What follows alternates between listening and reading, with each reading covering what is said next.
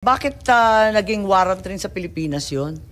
I will defer the answering to that question to the DOJ, ma'am, because I was with the DOJ during the time, and it was the DOJ. Hindi nandun si Prosecutor Fadulyon eh. Ikaw naman Yes, bumasa ng Miranda rights, hindi man lang yung prosecutor. Tinikoberan mo na yung papel ng DOJ, kaya sumagot ka ngayon. Ma'am, we're talking situation in... Di ba? At may sinasabi si Attorney Medialdea na hindi daw pinakita sa Pangulo. Pwede bang may sumagot? Si General Torre, mukhang kabisado niya. Siya yung nasa video eh. Again, ma'am? Hindi. Yung warrant nung natanggap ninyo yung warrant, naipakita ba yung ICC warrant sa Pangulo, kay Pangulo Duterte? Pinakita ba ninyo sa kanya? Nung inaresto siya, di ba, obligado kayo magpakita ng warrant? Yes, ma'am.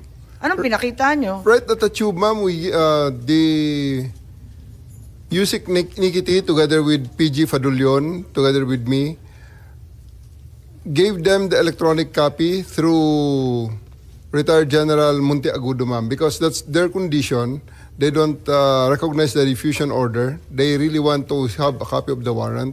That's why soft copy was given to them on the tube.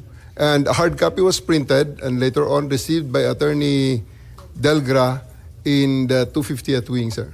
250th wing, ma'am. May pagkakataon ba si former president na basahin to? Kasi ang pagkaintindi eh hindi. Tingnan natin muna yung video kasi mas maliwanag doon.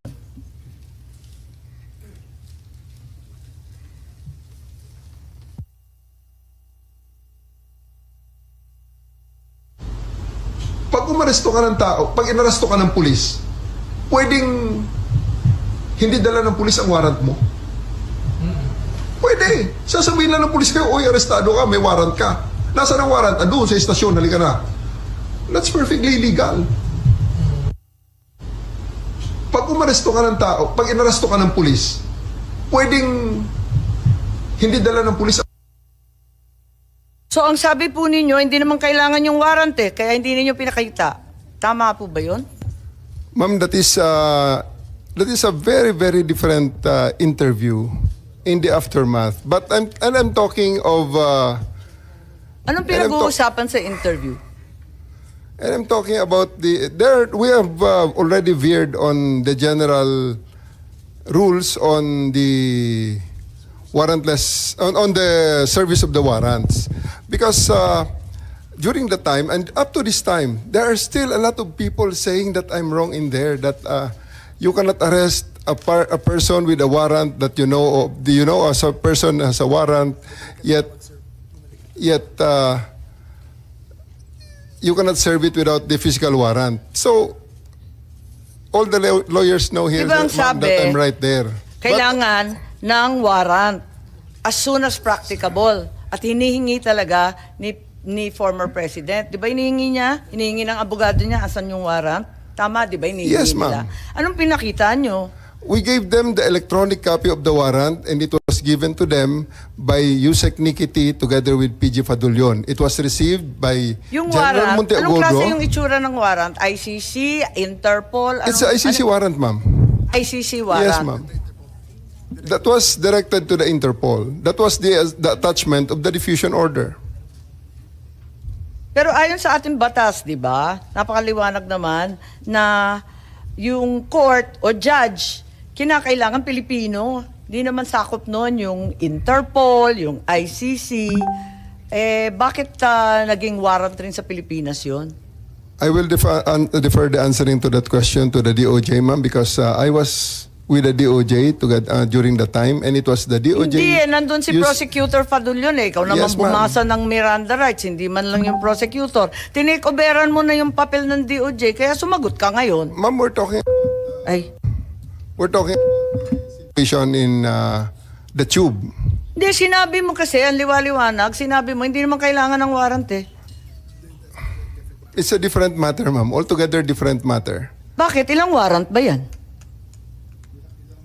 One warrant, but different. That question on the interview is a different situation, ma'am. So, kailan mo pinakita yung warrant? Yung sinasabi mo electronic copy? The first time, ma'am, it is not At kanino? me. It was not me who showed the warrant. It was Yusek Nikiti together with PG Fadulyon, together with me there in the tube of the plane. The former president is still there inside the plane. It was given to retired General Monte Agudo, who is with the party.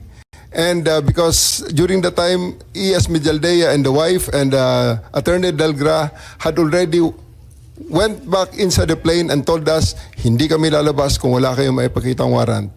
Kaya nga, so, when was the accused finally shown the warrant of arrest? Di ba dapat as soon as practicable ang sinasabi? Kailan mo pinakita mismo kay former president?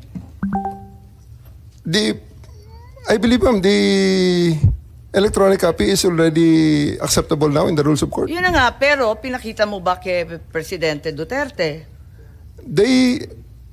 It was not me who they invited inside the plane. It was the PCTC through General Alcantara, whom they invited inside the plane, showing to them and explaining to them the warrant. Ganun ba? Napaliwanag ba ninyo, Executive Director Alcantara? Kasi parang ang bilis-bilis lang naman ninyo dun sa eroplano. Ang nakita naming final warrant, 15 pages po. Ganun lang kabilis na nabasa Tama po yung agad? 15 pages po, pero i-present po namin kay President Duterte na nasa Nabasa niya lahat, 250. 15 pages? Ang bilis-bilis lang lumabas eh. Oh, hindi po niya nabasa yun. Hindi niya nabasa? Oo, hindi niya. So, bakit Doon po namin present sa kanya sa... kaya nga, pero ba't hindi niyo pinagbigyan na basahin? Kasi karapatan talaga ng akusado at ng arestado yan, di ba? At that point in time, ang may kopya po ng warrant ay si General Alex Monteagudo. Nagbabapiring po sa telepono niya. Matagal pong mabuo dahil... Siyempre, nasa airport. Oo, kaya tapos nasa loob kaya ng nga po. aeroplano. Kaya so, nga sa po, madaling sabi, kaya nga po nag-print kami ng hard copy. So pagdating po sa 250, doon na binigay sa kanila yung warrant. Madam Chair, just on the warrant. yes, Senator Cayetano, please go ahead. Just one insight on the warrant, and just to bolster my point kanina na bakit mas maganda na, or bakit essential for me my local court, no? If you look at paragraph 12, before you look at it, can anyone in the room here tell me, I know the former president was accused of extrajudicial killing, of crimes against humanity.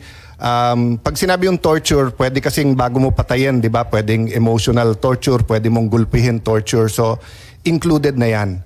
But does anyone here, can anyone tell me here that during his 6 years and before that, he was accused of ordering or himself raping people? Diba? I do remember malaking issue about his statements about a missionary who was raped, and inexplain niya yon na frustrated, galit siya. But is anyone here accusing the former president of raping or ordering the rape? Parang wala naman, di ba?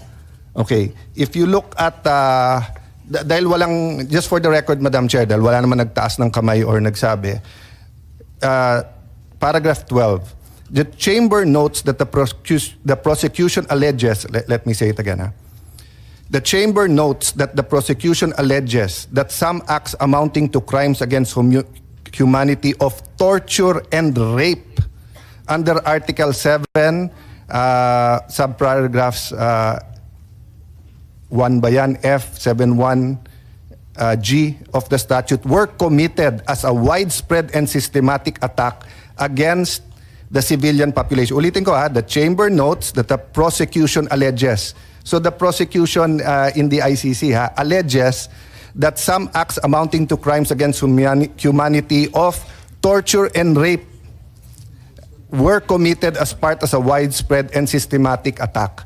For me, it's the first time I read that someone was accusing the president, the former government. But if you look at the last page of the warrant, or second to the last page, page 14, no? Issues a warrant of arrest. So, for these reasons, the chamber hereby issues a warrant of arrest for Rodrigo Roa Duterte, born on 28 March 1945, for his alleged criminal responsibility pursuant to Article 25, Paragraph 3, Paragraph A of Statute for the Crime Against Humanity of Murder, pursuant to Article 7(1)A, wala yung G na rape, committed in the Republic of Philippines during the relevant period as set forth in this warrant of arrest. So I just want to make this point, Madam Chair. So kung sa akin nangyari to, pupunta ako sa Philippine court at sasabihin ko sa Philippine court, sir, makita mo naman, sa Marites at Chismis kinuha ng prosecutor ng ICC. Padadala mo ako doon, pinakamaikse, 4 to 6 years yung hearing, deprived of liberty. Eh yung prosecutor mismo nag-allege ng rape. The harshest critics of President Duterte accuse him of being insensitive to women, saying misogynist, masama yung ano, etc. And I won't defend him there. It's on the record, di ba? And also accused him of being insensitive to a foreign national who was a missionary here who was raped. But I haven't heard na inaccuse siya ng rape or ordering rape. Ang alam ko nga, galit na galit siya pag ministreat yung mga kababaihan. So, dun pa lang, questioning ko to before a Philippine judge. Kasi, kawawa naman ako pag nandun. So that's my point. So, the second point I just want to make kay SOJ is, I personally will respect its sub judice because this case in the Supreme Court is so important. But just for the record, nag-rule na rin, kung hindi ako nagkakamali, nag-rule din ang Supreme Court dyan na we cannot stop the hearing or we can continue kahit na sub judice. But he's not asking naman to stop the hearing. He's just saying, can we be sensitive to that? Because they're going to have to put their position on paper and present it before the Supreme Court. So, mamaya, Madam Chair, more factual na lang yung mga tanong ko rather than issues para yung facts naman, SOJ is not naman under dispute, di ba? And will help us pa nga sa doon. But this is just an example. And I just read this morning, pero nagulat lang ako doon na yung prosecutor pala may ganun allegation, no? Oo. Kaya nga nagkagulantaan. Palibasa, nakita natin yung warrant much later. Did any one of you, General Marbil, General Torre, meron ba kayong hawak na ICC warrant of arrest at the time of his arrest? Parang electronic copy lang, tapos pinakopya muna, tapos binigay na pagdating doon. Bakit ganun? Samantalang March 10 pa lang nagmo-mobilize na ng libu-libong pulis. Pagkatapos alam na natin na magkakaganito dahil nabalitaan na nga sa Hong Kong. Eh kung ganun, bakit walang warrant doon sa mismong pag-aresto? Electronic copy lamang at nagpa-imprenta pa. Ba't nagkaganon? May I differ on the wisdom of the SOJ to explain on the legality of the electronic copy of the warrant, ma'am? Hindi naman tinatanong yung legality. Okay lang yun. Ang tinatanong ko, bakit parang unprepared kayo samantalang prepared na si General Marbil? Madam Chair, I just want to make clear na ang kabaho po ng police is really to assist po yung PCTC natin. Yun po yung and what we have is tama po yung sinasabing order ng diffusion. So ito po yung nangyari, we rely po dun sa PCTC, dun sa lahat ng mga documents that they did nagagamitin po dun sa effect ng arrest. Ito po yung ginawa po ng again, uulitin ko. Dapat yung PCTC nagdala ng warrant. Ba't nga ba kayo walang warrant? It was stated, ipapadala po through diplomatic channels Naka-state po yun So, dapat diplomatic channel. Nangyari ba yon? Kung diplomatic channel yung DFA, ano ba nangyari sa warrant na yan? Sa dinami-dami ng handa ninyo, sa libo-libong pulis at sundalo na kinalampag, wala bang nag-isip na kinakailangan dalhin yung warrant? Your Honor, if I may, wala po kaming information o wala kaming natanggap at all. Kayo naman sa PCTC, wala rin kayong natanggap? We requested for a copy of the warrant and we got it the next day. The next day being? The warrant that came from the Kaya nga, what the day system. The next day is 12 po. So, hindi rin ninyo na ipakita kay Presidente Duterte? Bale tama, si General Torre, na warrantless arresto. Pinakita po namin yung hard copy sa 250, pero sa lawyers po natin pinigay. Madam Chair, can I clarify? Kasi ang sinasabi din na redacted copy lang ang binigay, hindi rin kompleto, kaya hindi nila mabuo. At yun nga, nagkagulatan, Can I bakit clarify? meron pa? Can I clarify that, sir?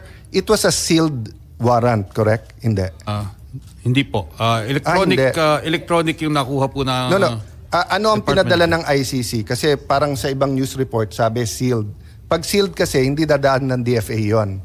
So yun nga ang question. What was sealed, sir, was the warrant of arrest was sealed Okay. before March 11. Yes. Tapos kanino, sir, pinadala? Sino magbubukas noon pag Well, sealed? when they demanded a copy of the warrant, we relied on our fail-safe mechanism. We have a fail-safe mechanism to make sure that the documents are secure in our possession. So it's the DOJ that produced the warrant. Hindi sa may bias ako sa DFA, but I've worked with these people. Kasi pag sealed, may option na hindi padaanin sa kanila. At kahit pinadaan sa kanila, I don't think they have the authority to open it. Diba? Yes, but we had to use our fail-safe because the PCTC could not produce the warrant, so we had to use our fail-safe. But once naman it's opened by the proper authority who's allowed to open it, diba, to unseal it, then syempre Philippine law na. Ipapakita mo talaga dun sa na. Yes, we showed it to the president and to his lawyers. Teka, mapapaliwanag lang ako. Tell me candidly, at the time you apprehended PRRD, nung inaresto si former president, yung ICC warrant, nasa inyo na ba, General Torre? Yung totoo. Kasi you're under oath, alalahanin ko. Yes, ma'am. It is with us. It was already with you. Yes, ma'am. Electronic. Yes, ma'am. Electronic. Wala Yes, kayong ma'am. official copy? Electronic O walang copy, ma'am, hard given copy? electronic copy given to me by Yusek Nikiti of the DOJ, ma'am. Sa DOJ. Kaya sa inyo, kasi parang nagtuturoan kayo, sabi ninyo, na dapat yung PCTC ang nagbigay. Pero wala kayong binigay. Sabi ninyo, dapat DFA. Nalilito po ako. Hindi po. Hindi po nagtuturoan. We had the copy of the warrant, that electronic copy of... Dinami-dami Yusek nang P. nag-aresto kay Presidente. Walang nag-isip na kinakailangan bigyan ng kopya na hard copy, opisyal, at talagang... binigyan po namin sa... Saan? Saan at 250 kailan? po, binigyan po namin. Nung ma-print na po yung hard copy. Saan yun? Sa 250 po. Sa Villamor? Meron po, meron. Ano yung 250 po? Sa Villamor po, Villamor. Binigyan po siya ng kopya, hard copy po.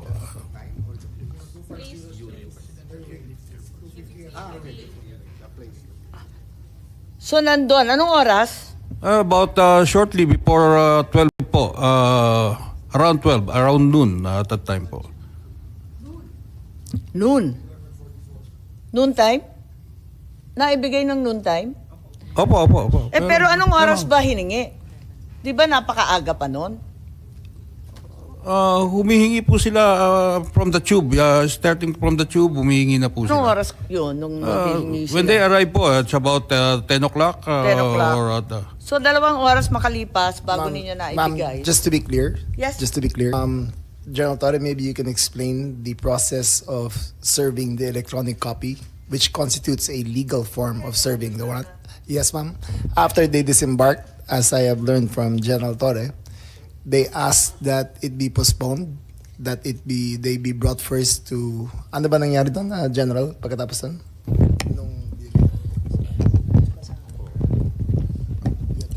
They only disembarked when the electronic copy was produced and given to them. So, kaya sila lumabas.